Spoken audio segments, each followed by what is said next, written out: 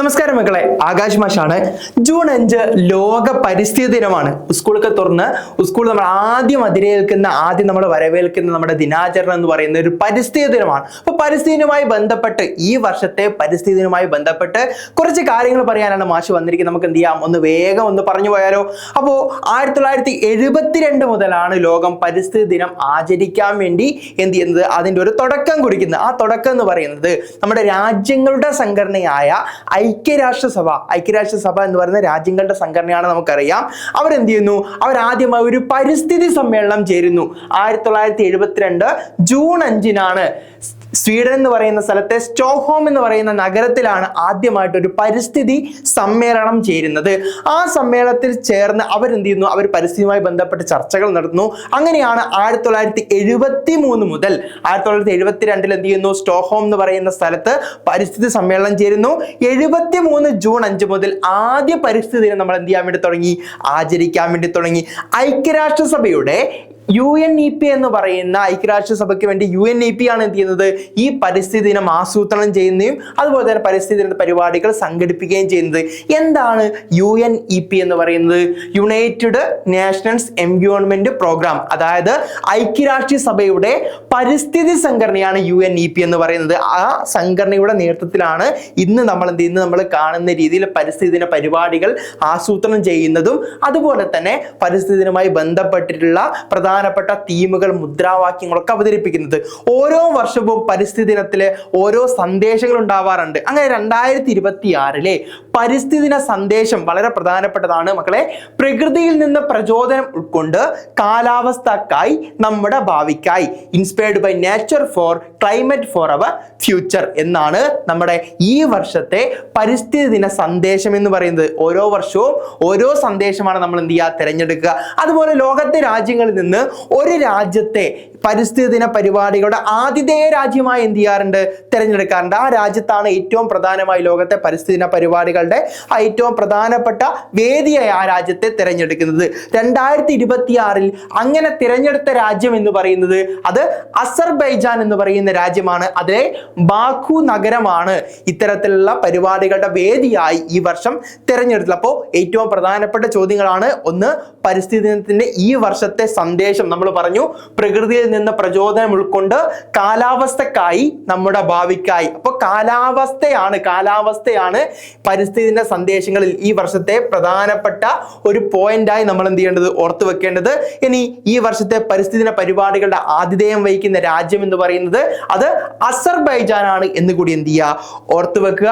മക്കളെ, 2025 പരിസ്ഥിതി ദിന സന്ദേശം നിങ്ങൾക്ക് ഓർമ്മയുണ്ടാവും. 2025 പ്ലാസ്റ്റിക് ആയിരുന്നു നമ്മുടെ പ്രധാനപ്പെട്ട ആ ഒരു തീമിന്റെ ഭാഗമായി വന്നിരുന്നത്. പ്ലാസ്റ്റിക് ആയിരുന്നു. ഈ വർഷം കാലാവസ്ഥ മാറ്റമാണെങ്കിൽ 2025 പ്ലാസ്റ്റിക് ആയിരുന്നു. അന്ന് റിപ്പബ്ലിക് ഓഫ് കൊറിയയിലാണ് ഇത്തരത്തിൽ പരിസ്ഥിതി ദിന പരിപാടികളുടെ ആതിഥേയ രാജ്യമായി തെരഞ്ഞെടുത്തിരുന്നത്. 2024 സൗദി അറേബ്യ ആയിരുന്നു തെരഞ്ഞെടുത്തിരുന്നത്. അന്ന് മരുഭൂമിവൽക്കരണം, മരുഭൂമി പുനഃസ്ഥാപനം, വരൾച്ച തുടങ്ങിയതായിരുന്നു അന്നത്തെ പരിസ്ഥിതി ദിന സന്ദേശത്തിന്റെ ഏറ്റവും പ്രധാനപ്പെട്ട തീം എന്ന് പറയുന്നത്. അപ്പോൾ അത്തരത്തിൽ ഓരോ വർഷത്തിലും എന്താണോ അനുയോജ്യമായത് അതായിരിക്കും ആ വർഷത്തെ പരിസ്ഥിതി ദിന സന്ദേശം എന്ന് പറയുന്നത്.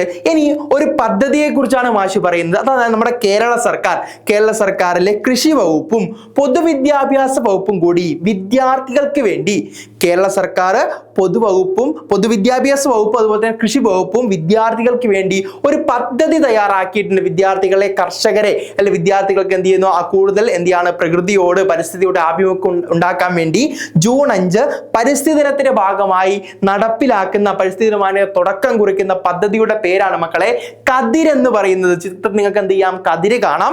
അതുപോലെ തന്നെ വിദ്യാർത്ഥികൾ കതിര് ശേഖരിക്കൽ, നെല്ല് ശേഖരിക്കുന്ന ചിത്രവും കാണാൻ വേണ്ടി പറ്റും. അപ്പൊ രണ്ടും എന്ത് ചെയ്യുക, കണക്ട് ചെയ്ത് പഠിക്കുക. വിദ്യാർത്ഥികൾക്ക് വേണ്ടി ജൂൺ 5 പരിസ്ഥിതി ദിനത്തിന്റെ ഭാഗമായി കേരള കൃഷി വകുപ്പും പൊതുവിദ്യാഭ്യാസ വകുപ്പും കൂടി സംയുക്തമായി ആരംഭിക്കുന്ന പദ്ധതിയുടെ പേരാണ് കതിരെന്ന് പറയുന്നത്. പ്രകൃതിയാൽ പ്രചോദിതം, കാലാവസ്ഥക്കും നമ്മുടെ ഭാവിക്കും എന്ന് പറയുന്ന പരിസ്ഥിതി ദിന സന്ദേശത്തിന്റെ ആ ഒരു പാഠമൊക്കെ ഉൾക്കൊണ്ടുകൊണ്ടാണ് ഈ ഒരു പദ്ധതി വ്യാപിക്കുന്നത്. അപ്പൊ 2 വകുപ്പ് മാഷ് പറഞ്ഞു, കേരളത്തിലെ കൃഷി വകുപ്പ്. എന്നാൽ ഇപ്പോഴത്തെ കൃഷി വകുപ്പ് മന്ത്രി ആരാണെന്ന് ചോദിച്ചാൽ നിങ്ങൾക്ക് ഉത്തരം പറയാൻ വേണ്ടി പറ്റുമോ? ഇപ്പോഴത്തെ കൃഷി കൃഷി വകുപ്പ് മന്ത്രി ടി സിദ്ദിഖാണ്. അദ്ദേഹത്തിന്റെ ചിത്രം നിങ്ങൾക്ക് കാണാം. അദ്ദേഹം വയനാടിൽ നിന്ന് തിരഞ്ഞെടുത്ത് വന്നിട്ടുള്ള നിയമസഭാ അംഗമാണ്. അപ്പൊ വയനാടിന്റെ പ്രത്യേകത നമുക്കറിയാം, ഒരുപാട് കൃഷികളുള്ള നാടാണ് അല്ലെ. തേയിലയും കാപ്പിയും അതുപോലെ തന്നെ ഒരുപാട് കൃഷികളുള്ള അല്ലെ നാടാണ് എന്ത് പറയുന്നത്, നമ്മുടെ വയനാട് എന്ന് പറയുന്നത്. അപ്പോൾ കൃഷികളുടെ നാടാണ് എന്ന് ഓർത്തുകൊണ്ട് എന്ത് ചെയ്യുക, ടി സിദ്ദിഖ് അദ്ദേഹമാണ് എന്ത് കൃഷി വകുപ്പ് മന്ത്രി എന്നെന്ത് ചെയ്യുക, ഒന്ന് കറക്റ്റ് ചെയ്ത് പഠിക്കുക. ഇനി ഇപ്പോഴത്തെ പരിസ്ഥിതി വകുപ്പ് മന്ത്രി, അങ്ങനെ ഒരു വകുപ്പുണ്ട്, അങ്ങനെ ഒരു മന്ത്രിയുണ്ട്. ഇപ്പോഴത്തെ പരിസ്ഥിതി വകുപ്പ് മന്ത്രി അത് സണ്ണി ജോസഫ് ആണ്. അദ്ദേഹത്തിന്റെ ചിത്രം ഞാൻ ഇവിടെ കൊടുത്തിട്ടുണ്ട്. അപ്പോൾ പ്രധാനപ്പെട്ട ചോദ്യങ്ങളാണ്. കൃഷി വകുപ്പ് മന്ത്രി നമ്മൾ എന്ത് ചെയ്യുക, പഠിച്ചു വെക്കാം. പരിസ്ഥിതി ദിനമാണ്. അപ്പൊ പരിസ്ഥിതി വകുപ്പുണ്ട്, പരിസ്ഥിതി വകുപ്പ് മന്ത്രിയാണ് സണ്ണി ജോസഫ് എന്ന് പറയുന്നത്. അദ്ദേഹം വൈദ്യുത മന്ത്രി കൂടിയാണ്. ഒരു ബൾബ് കത്തുന്ന ചിത്രം കൂടി എന്ത് ചെയ്യാൻ കാണാല്ലേ. അപ്പോൾ വൈദ്യുത വകുപ്പ് മന്ത്രിയും പരിസ്ഥിതി വകുപ്പ് മന്ത്രിയും കൂടിയാണ് അദ്ദേഹം എന്നെന്ത് ചെയ്യുക, ഓർത്തു വെക്കുക. ഇനി നമ്മുടെ കിസ്സിനും അതുപോലെ സ്കൂളുകളൊക്കെ എന്ത് ചെയ്യാണ്, നമ്മുടെ പരിസ്ഥിതി ആകുന്ന സമയത്ത് നമ്മൾ കേൾക്കുന്ന അല്ലെങ്കിൽ നമ്മൾ കാണുന്ന ഒരു ചിത്രമാണ് മാഷ് ഇവിടെ കൊടുത്തിരിക്കുന്നത്. ഈ ചിത്രം MS സ്വാമിനാഥന്റെയാണ്. MS സ്വാമിനാഥൻ ഇന്ത്യയിലെ ഹരിത വിപ്ലവത്തിന്റെ പിതാവ് എന്നറിയപ്പെടുന്ന വ്യക്തിയാണ്. ഹരിത വിപ്ലവത്തിന്റെ പിതാവ് എന്നറിയപ്പെടുന്ന വ്യക്തി MS സ്വാമിനാഥനാണ്.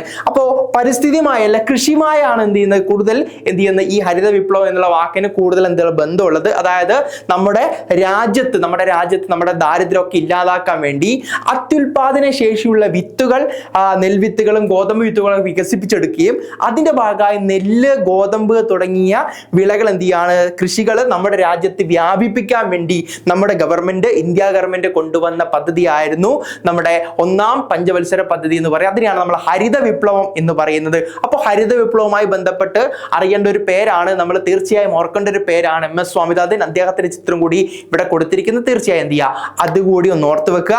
അപ്പോൾ ഇതുപോലുള്ള പുതിയ അറിവുകൾക്ക് വേണ്ടി മക്കളെ നമ്മുടെ ഈ ചാനൽ എന്ത് ചെയ്യുക, ഒന്ന് സബ്സ്ക്രൈബ് ചെയ്യുക. അതുപോലെ തന്നെ എജ്യൂപോർട്ടിന്റെ ക്ലാസ്സുകൾ ജൂൺ 5 പരിസ്ഥിതി ദിനത്തിൽ നമ്മൾ ആരംഭിക്കാൻ വേണ്ടി പോവാണ്. അപ്പോൾ ക്ലാസ്സിനകത്തേക്ക് ജോയിൻ ചെയ്യാൻ ആഗ്രഹിക്കുന്ന ആളുകളാണെങ്കിൽ ഇവിടെ നിങ്ങൾക്ക് കോൺടാക്ട് നമ്പർ കൊടുത്തിട്ട് കോൺടാക്ട് നമ്പറിലേക്ക് എന്ത് ചെയ്യാം, ബന്ധപ്പെടാം. തീർച്ചയായും ഇതുപോലുള്ള ഉപകാരപ്പെടുന്ന വീഡിയോസുമായിട്ട് നമുക്ക് വീണ്ടും കാണാം. Okay, all the best.